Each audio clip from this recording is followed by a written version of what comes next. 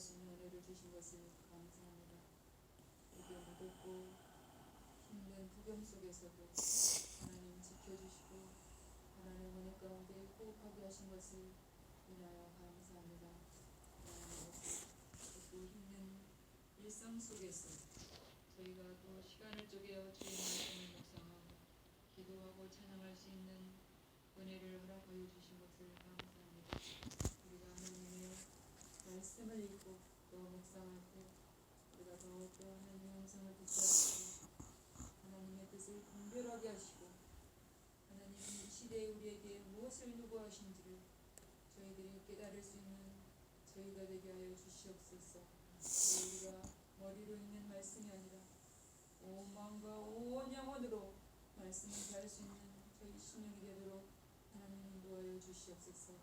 아버지 하나님, 하나님께서 우리를 택하신 목적은 먼저 우리를 택하심으로 복음을 알지 못하는 사람들에게 복음을 전하게 하시려고 생명을 얻게 하시려고 저희를 먼저 택하셨사오니 우리가 하나님의 군사로 음정되어서 우리 주변에 우리를 필요로 한 우리의 기도를 필요한 그러한 영혼들을 품고 기도할 수 있는 저희가 되게 하여 주시고 또 복음을 필요로 하는 사람들에게 할 수만 있다면 저희들이 복음을 전할 수 있는 그러한 저희들이 되게 하여 주시옵소서. 아멘. 그래서 하나님 우리가 참으로 주님 오심을 고대하는 이 마지막을 살아가는 세대에 살고 있습니다. 하나님 저희들에게 더욱더 믿음을 가르쳐 주시옵소서. 주의 군사로서 우리를 깨어서 주의 그 사명을 다할 수 있는 그런 믿음의 군사들로 주님 저희들에게 힘과 은혜를 더하여 주시옵소서. 아멘. 민족을 붙들어 주시고 하나님 70여 년 세월 동안에 분단의 아픔 가운데 하나님 놓게 하시고 이 분단의 아픔을 통하여서 연단을 받게 하시고 하나님 서로가 기도할 수 있는 은혜를 주신 것을 감사합니다.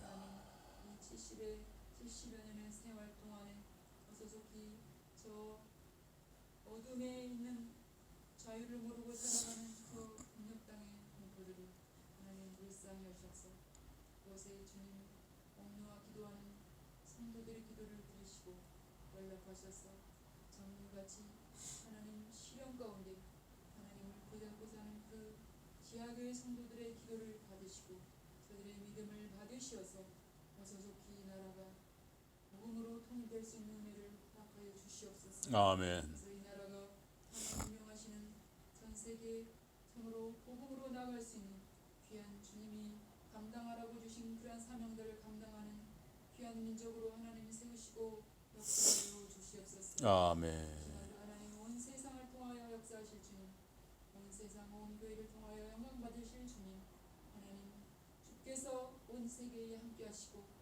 각 나라 위에 각 방언 위에 하나님을 주로 고백하는 성도들의 하나님 새로운 영을 부어주시어서 사탄이 하나님 아버지 그러한 교회들을 멸하지 않게 하나님 역사하시고 주의 백성이 싸울 때 하나님 주께서 함께 싸워 주시어서 하나님 사탄이 교회를 멸하려고 할 때마다 하나님께서 싸우시로 말미암아 든든한 교회들이 새롭게 세워져 가도록 온 열방과 민족 가운데 하나님 놀라운 은혜를 허락하여 주시옵소서. 아멘. 하나님 아버지 하나님께만 영광이 되고 하나님께만 참으로 찬양과 영광을 올려드리는 그러한 교회들로 더욱더 하나님 무장시켜 주시고 하나님 영광 받아 주시옵소서. 아멘. 시간도 말씀을 전하시는 목사님을 들어주시고 하나님의 성령에 늘 감동케 하사 주의 말씀을 풀어서 저희에게 증거하실 때 아버지의 마음이 저희에게 들려지게 하시고 주의 말씀이 저희들의 마음판에 떨어져서 아버지 돌짝밭이나 가시밭의 그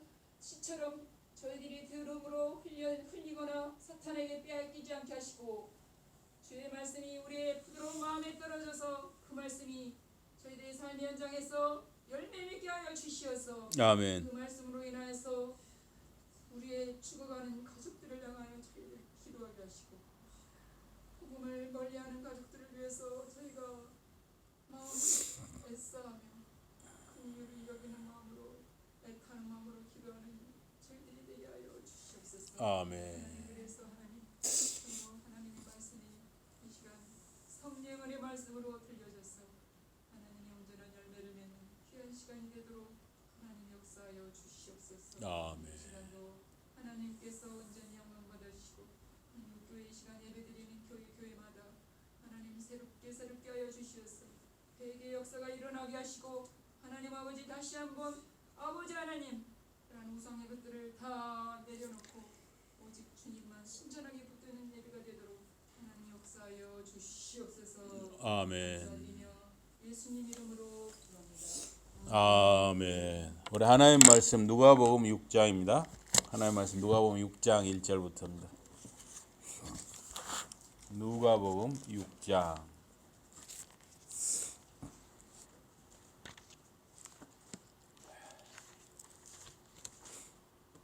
누가복음 6장 1절에서 12절입니다.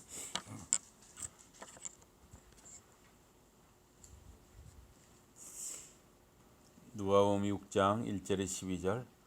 안식일에 예수께서 밀밭 사이로 지나가실새 제자들이 이삭을 잘라 손으로 비비어 먹으니 어떤 바리새인들이 말하되 어찌하여 안식일에 하지 못할 일을 하느냐. 예수께서 대답하여 이르시되 다윗이 자기 및 자기와 함께한 자들이 시장할 때 한 일을 잊지 못하였느냐. 그가 하나님의 전에 들어가서 다만 제사장 외에는 먹어서는 안 되는 진설병을 먹고 함께한 자들에게도 주지 아니하였느냐. 또 이르시되 인자는 안식일의 주인이니라 하시더라. 6절부터 10절까지 함께 봉독합니다. 시작. 또 다른 안식일에 예수께서 회당에 들어가사 가르치실새 거기 오른손 마른 사람이 있는지라. 서기관과 바리새인들이 예수를 고발할 증거를 찾으려 하여 안식일에 병을 고치시는가 하여 보니 예수께서 그들의 생각을 아시고 손 마른 사람에게 이르시되 일어나 한가운데 서라 하시니 그가 일어나 서거늘 예수께서 그들에게 이르시되 이게 묻노니 안식일에 선을 행하는 것과 악을 행하는 것 생명을 구하는 것과 죽이는 것 어느 것이 옳으냐 하시며 무리를 둘러보시고 그 사람에게 이르시되 내 손을 내밀라 하시니 그가 그렇게 하매 그 손이 회복된지라. 11절 12절 제가 공부합니다. 11절 12절. 그들은 노기가 가득하여 예수를 어떻게 할까 하고 서로 의론하니라. 이때 예수께서 기도하시러 산으로 가서 밤이 새도록 하나님께 기도하시고. 오늘 말씀 제목은 안식일의 주인 예수 그리스도입니다. 안식일의 주인 예수 그리스도. 부제는 생명을 살리는 사람입니다. 오늘 본문이 안식일에 일어난 두 가지 사건을 다루고 있습니다. 안식일에 이 밀밭에서 이삭을 잘라서 제자들이 손으로 비벼 먹은 사건. 또 다른 안식일에 오른쪽 손 마른 사람, 그러니까 손이 이렇게 굳어가지고 못 쓰는 사람을 고쳐주신 사건. 이 두 가지를 다루고 있습니다. 이 두 사건은 모두 안식일에 일어난 사건입니다. 같은 날 안식일이 아니고 각각 다른 날 안식일에 일어난 사건을 함께 이어서 의사 누가가 기록한 것입니다. 예수님은 안식일의 주인이 자신이라는 것을 밝히셨습니다. 또한 안식일은 선을 행하고 생명을 구하는 날이라고 하셨습니다. 이 안식일은 지금은 이제 주일이죠, 주일. 그러니까 예수님이 우리의 죄를 대속하여 십자가의 고난 받으시고 부활하신 날이 이 주일날이란 말이에요. 주일날. 그래서 우리는 지금은 이제 이 토요일 안식일 대신에 주일날 예배를 드리는 것이죠. 예.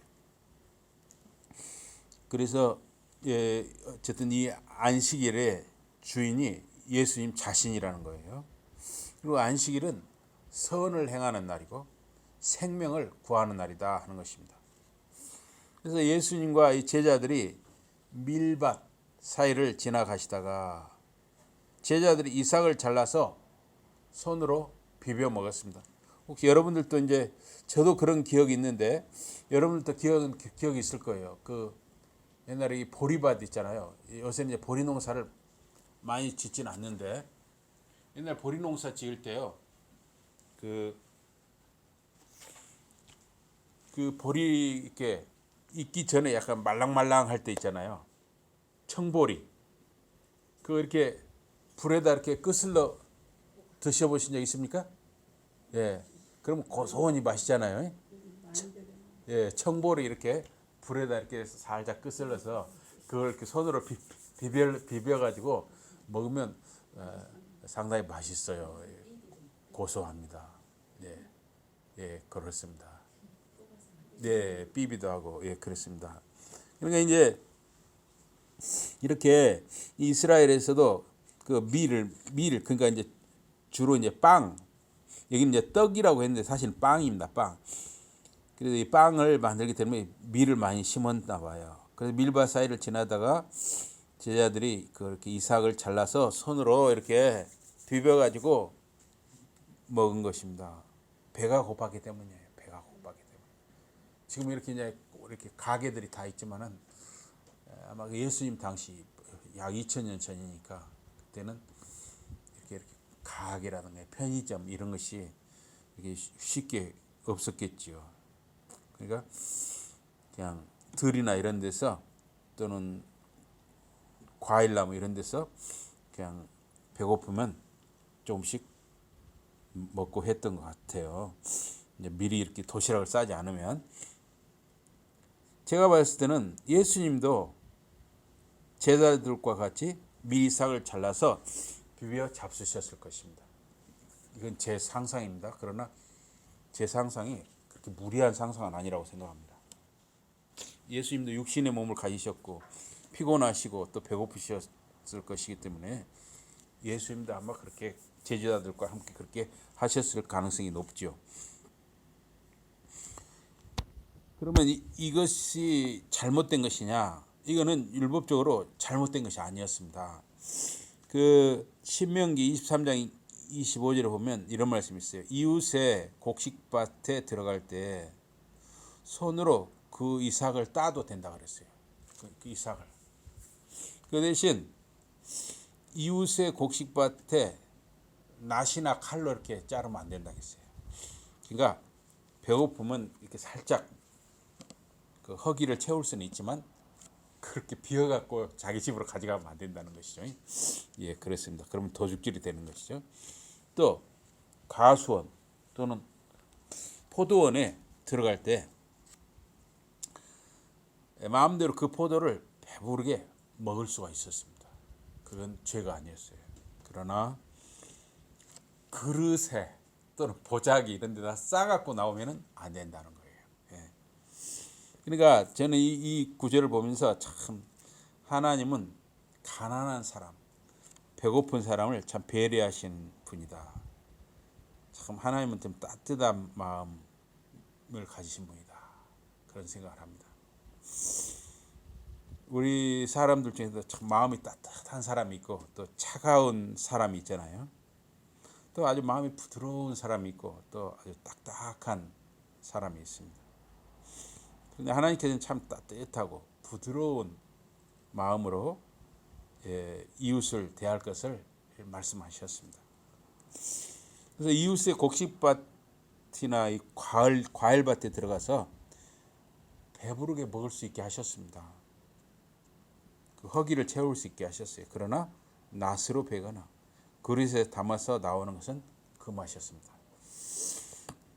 그 제주도 가면요 참 재밌는 체험이 있어요. 그 귤이나 그 천혜향 같은 거 거기 가서 1인당 얼마씩을 주면은 5,000원인가 10,000원을 주면 그 귤이나 천혜향 같은 게 딱이 체험을 하거든요.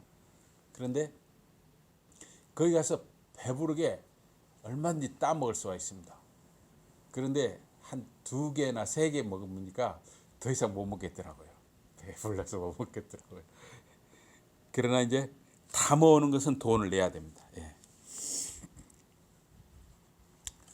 그래서 여기 보면 하나님께서는 또 레위기 19장 9절에 보면 이스라엘 백성이 추수를 할 때 말입니다. 땅에 곡식을 벨 때 밭 모퉁이 것은 남겨두라고 그랬어요. 또 이삭이 떨어지면 그것도 줍지 말라고 그랬습니다. 또 레위기 19장 10절에 보면 포도원의 열매를 다 따지 말라 그랬어요. 열매를 남겨두라는 거예요. 또 포도원에 이 포도가 이렇게 떨어질 수가 있어요. 그럼 그것도 줍지 말라고 그랬어요. 그래서 가난한 사람이나 나그네 타국인을 위해서 버려두라고 하셨습니다. 그러면 그 사람들이 그걸 주워서 먹도록 그렇게 하라는 것이었어요. 그래서 가난한 사람, 헐벗은 사람도 그 사회 공동체의 일원으로 함께 살아가게 하시는 것, 그것이 하나님의 마음입니다. 하나님이 이렇게 따뜻하고 부드러운 마음을 가지신 분입니다. 그러나 바리새인들은 예수님이 안식일에 하지 못할 일을 했다고 지적을 했습니다. 바리새인들은 자기 사람들을 정보원처럼 아마 예수님과 제자들을 이렇게 항상 뒤따라 다니면서 미행하면서 다 그걸 살피도록 해서 그걸 보고를 하도록 한 것 같습니다. 그래서 이렇게 제자들이 그 밀 이삭을 뜯어서 이렇게 비벼 먹는 이것까지 다 그 사람들이 다 안 거예요. 하나님께서는 모세를 통해서 이스라엘 백성에게 율법을 주셨습니다. 엿새 동안 힘써 모든 일을 행할 것이지만 제7일은 하나님 여호와의 안식일이니 아무 일도 하지 말라 하셨습니다. 이는 엿새 동안에 여호와가 하늘과 땅과 바다와 그 가운데 모든 것을 만들고 제7일에 쉬었음이라. 그러므로 여호와가 안식일을 복되게 하여 그날을 거룩하게 하였다 그랬습니다. 바리새인들은 예수님의 제자들이 밀 이삭을 손으로 잘라서 비벼서 먹은 행위를 타작 행위, 즉 일로 보았어요. 그러니까 곡식을 뜯는 것을 추수로 봤고 손으로 비비는 것을 일로 보았어요. 굉장히 어떻게 보면 너무 심하죠. 예? 곡식 몇 개 뜯었다고 그거 추수했다. 또 그거 손으로 비볐다고 해서 타작했다. 숨 막히는 거예요. 숨 막혀. 그렇게까지 감시를 해버리면 숨이 막히죠.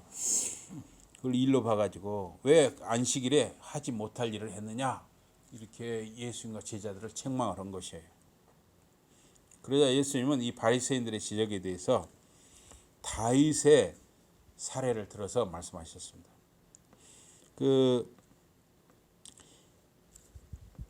이 다윗이 보면 그 노베 가가지고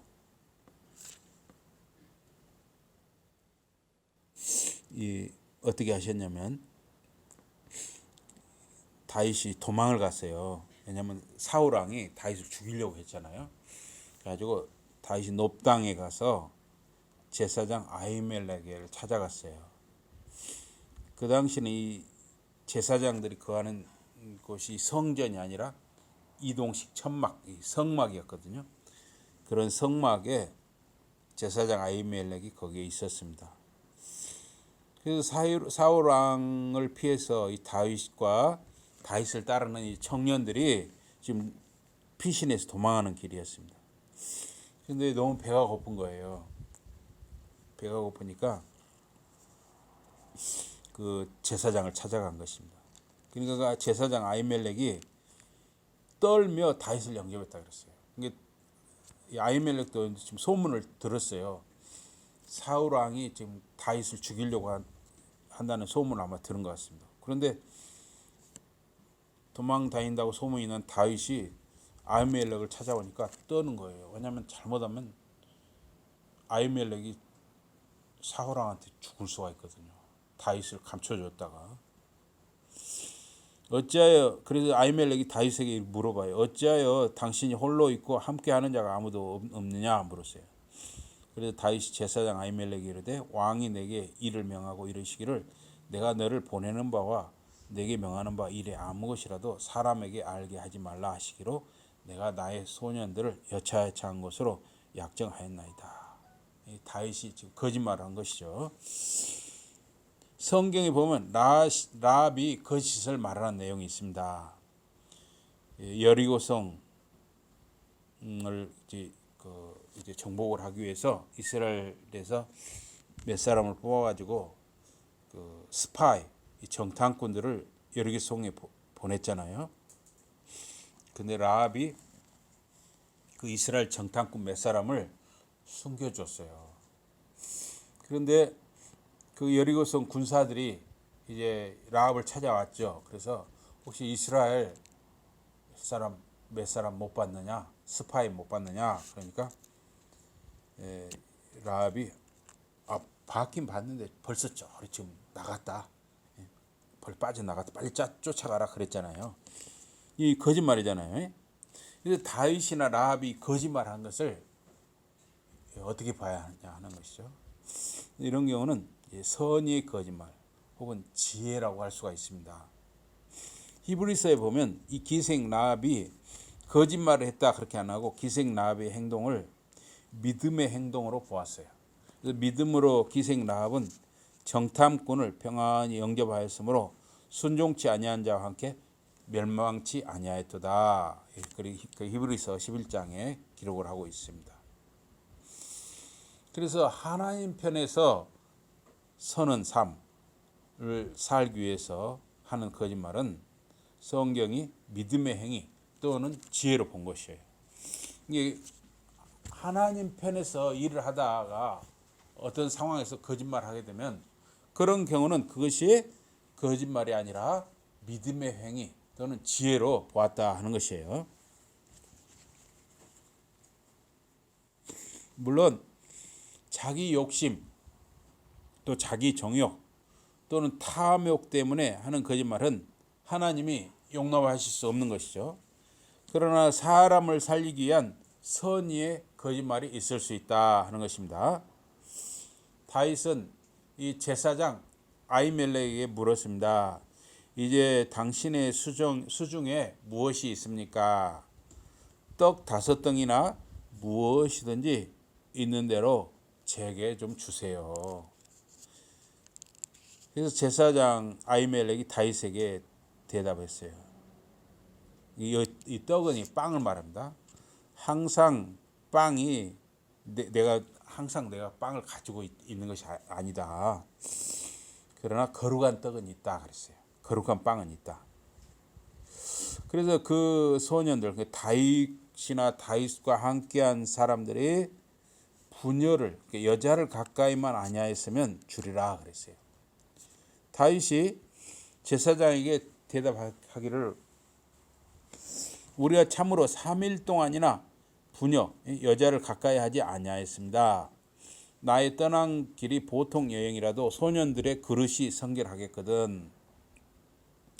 여기 이 그릇은 남자의 그 심볼을 그릇이라고 한 거예요.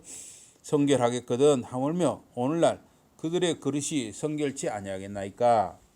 하매 제사장이 그 거룩한 떡을 주었으니 거룩한 빵을 주었으니 거기는 진설병 곧 여호와 앞에서 물려낸 떡 빵밖에 없음이라. 이 빵은 더운 빵을 드리는 날에 물려낸 것이더라.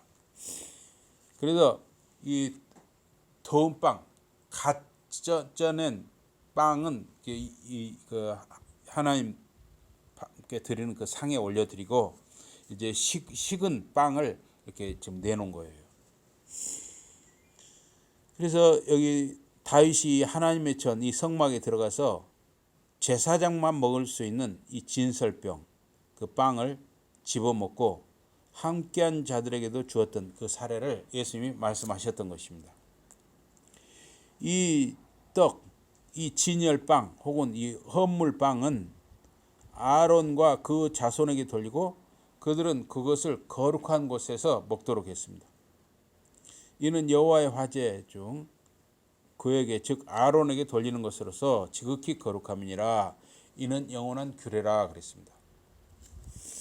그래서 여호와의 상에 헌물로 올려드린 그 빵은 거룩하기 때문에 아론과 그 자손 즉 제사장만 먹을 수가 있었습니다.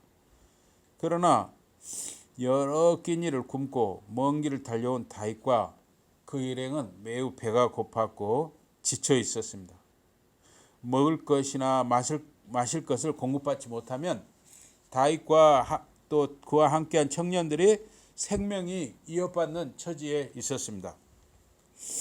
제사장 아히멜렉은 다윗이나 그 청년들이 여인을 가까이 하여 부정한 상태에 있는 것이 아니라면은 즉 구별된 상태에 있어서 하나님께 드린 그 헌물 빵의 거룩성을 훼손하는 것이 아니라면 그 헌물 빵을 다윗 일행에게 줄 수 있다고 했습니다.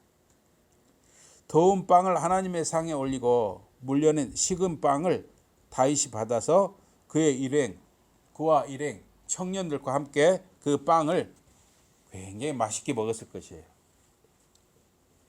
지금 몇 끼를 굶어가지고 지금 너무나 지쳐서 좀 쓰러질 상태였기 때문에, 그래서 다윗은 사무엘을 통해서 하나님께 왕으로 기름 부음을 받은 사람이었습니다. 다윗은 예수 그리스도를 예표하는 사람이었습니다. 그래서 이렇게 예수님께서 그 안식일에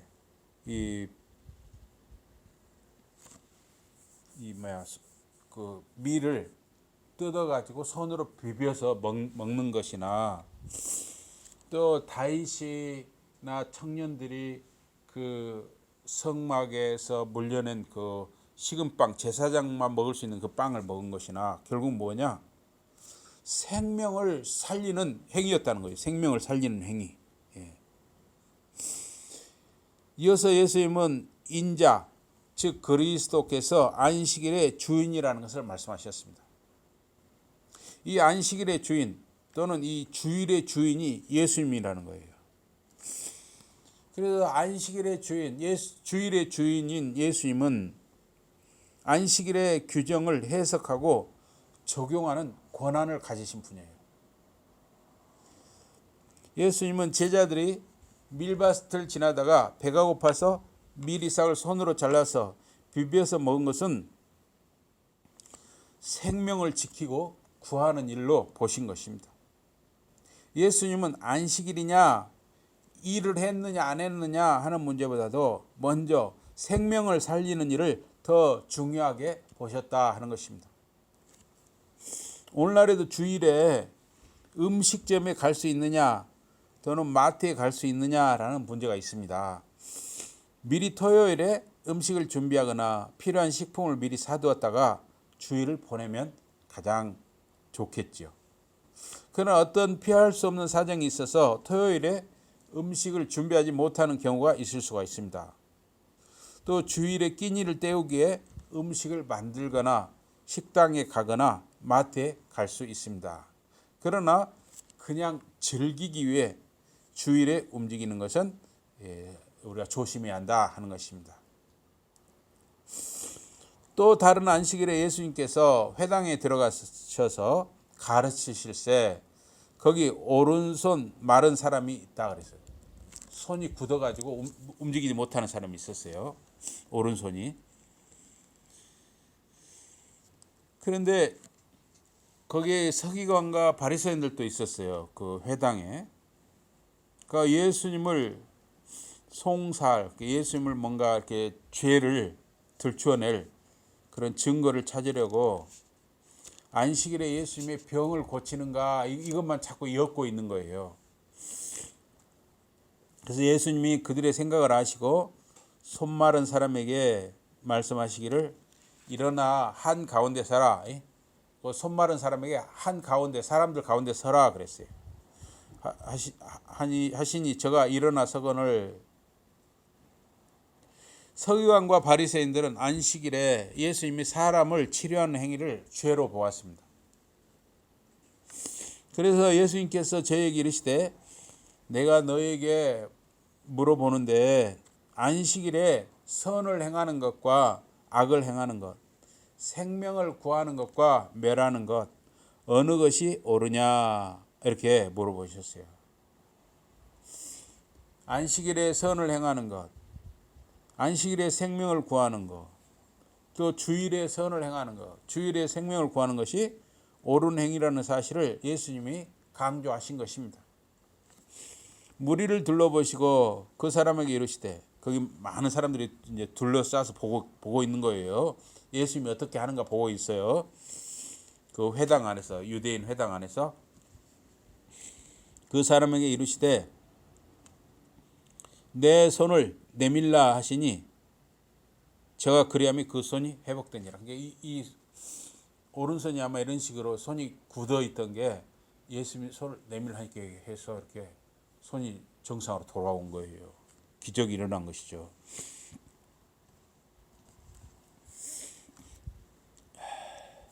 예수님은 안식일에 오른손 마른 사람을 고쳐주셨습니다.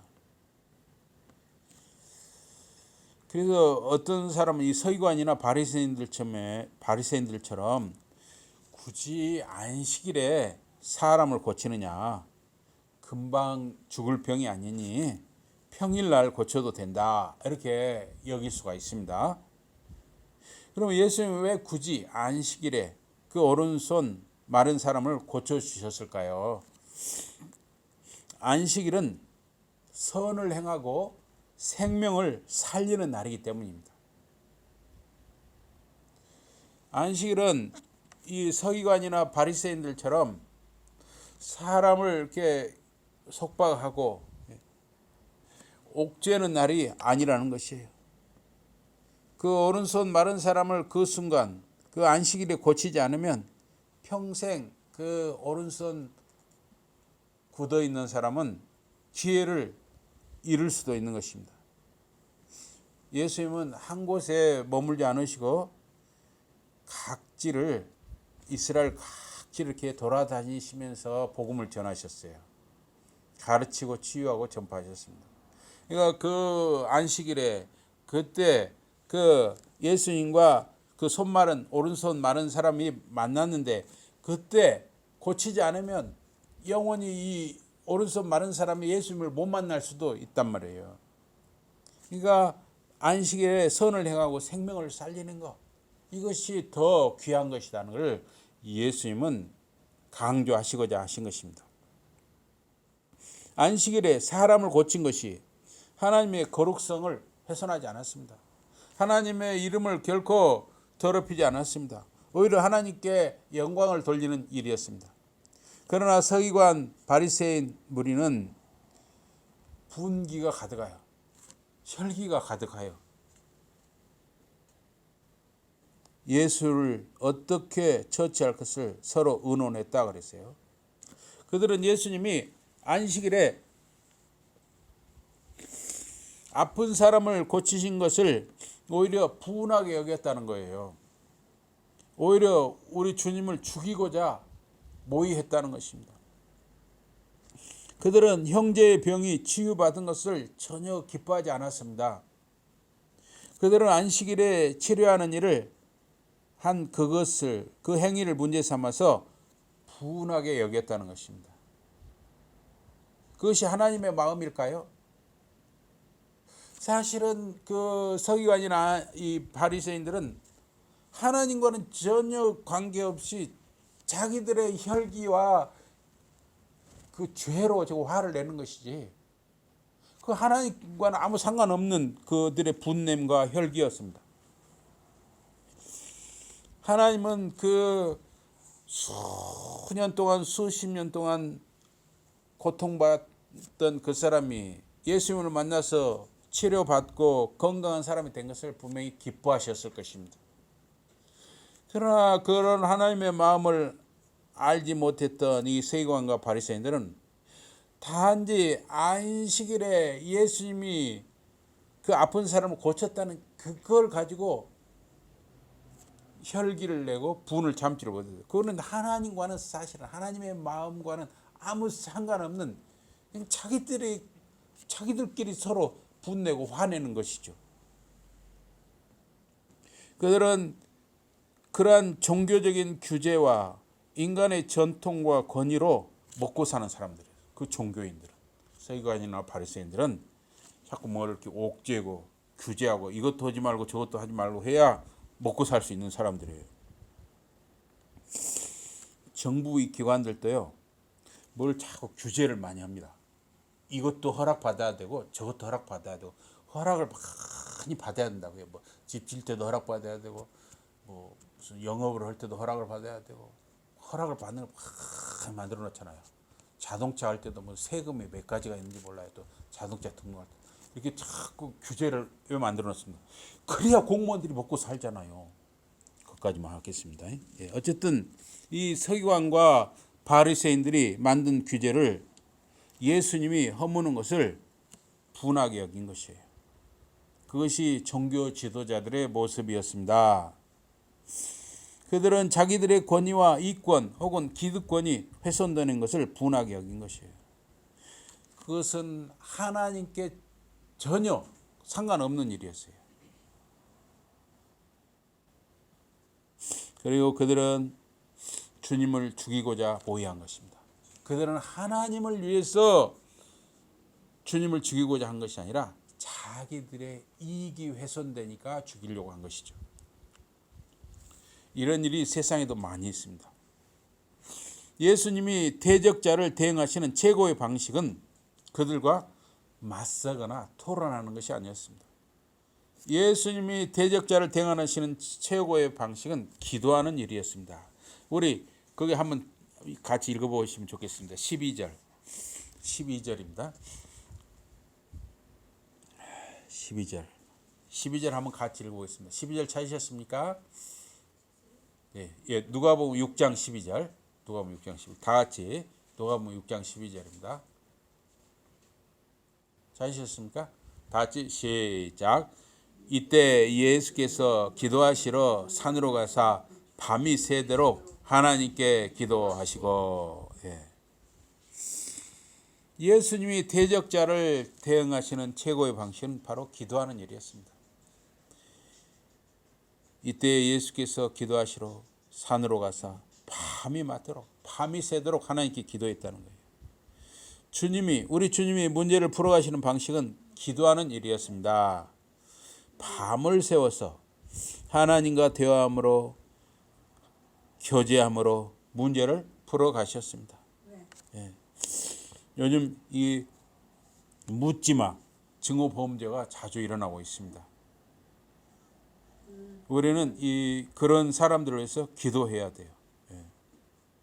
우리가 사는 나라, 사회, 공동체가 따뜻하고 여유롭고 넉넉해지도록 기도해야 하는 것입니다. 이렇게 자꾸 이 묻지마 범죄, 자포자기 범죄, 차라리 내가 그런 사람들 막 버젓이 그러잖아요. 몇 사람 죽이고 나 교도소 들어간다고. 왜 이런 일이 일어나냐? 물론은 원천적으로는 그 사람들 자체에 문제가 있죠. 그러나 그 사람들이 그렇게까지 자포자기로 내몰리기까지 과정도 우리가 한번 생각을 할 필요가 있는 것이죠. 되게 보면은 그렇게 자포자기로 내몰린 사람들을 보면 그 부모나 그 주변 환경이 말입니다. 성장 환경이 굉장히 비극적인 경우가 많아요. 가정이 깨져 있는 경우라든가 또는 그 부모나 또 전혀 그 생활 능력, 경제적인 능력이 없다든가 그런 경우도 많고 또 어려서 아주 어린 아기 때부터 아예 버려진 아이들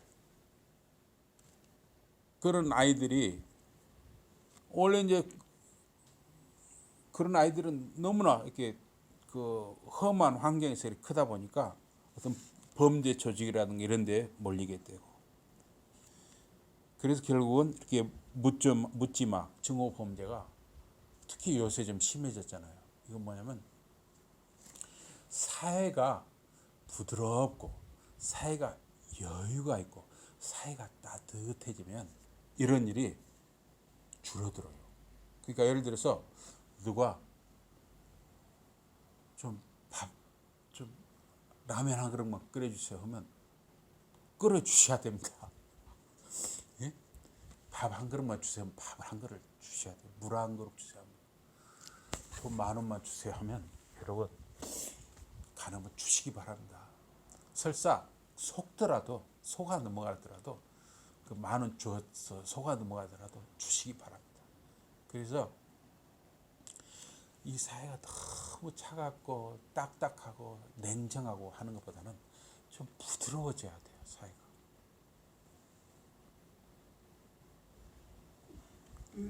데모를 한다고 막 방맹으로 두드려 패서 막 머리에 피가 나게 때리는 그런 딱딱함이 아니라 꼭 이 데모한다고 머리를 방망으로 때려가지고 피가 나야만 되나요?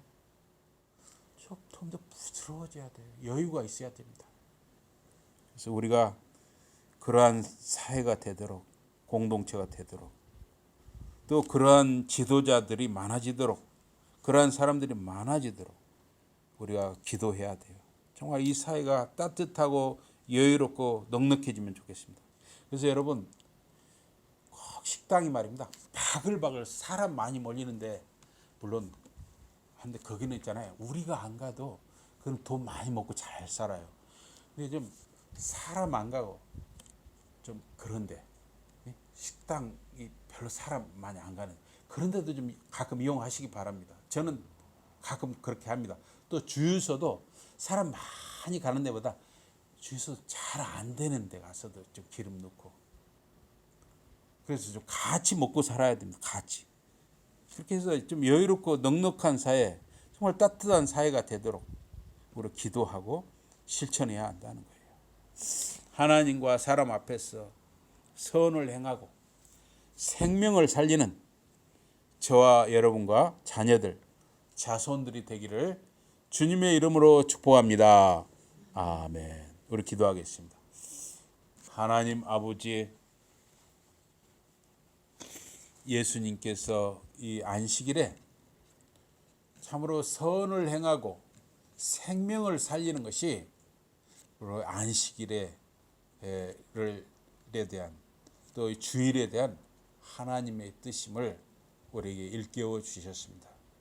우리가 살아가면서 다른 사람들에 대해서 냉정하고 차갑고 각박한 그런 사람들이 아니라 우리가 좀 더 말 한마디라도 친절하게 해주시고 더 좀 여유 있게 행동하게 하시고 저희들이 좀 더 따뜻해지게 하시고 그러한 우리나라, 우리 사회, 우리 지도자들, 사람들이 되도록 우리 한 사람 한 사람이 기도할 수 있는 은혜를 주시고 그러한 우리 자녀들, 자손들이 다 되게 하여 주시옵소서. 예수 이름으로 감사 기도드리옵나이다. 아멘. 우리 찬송하시겠습니다. 찬송 280편.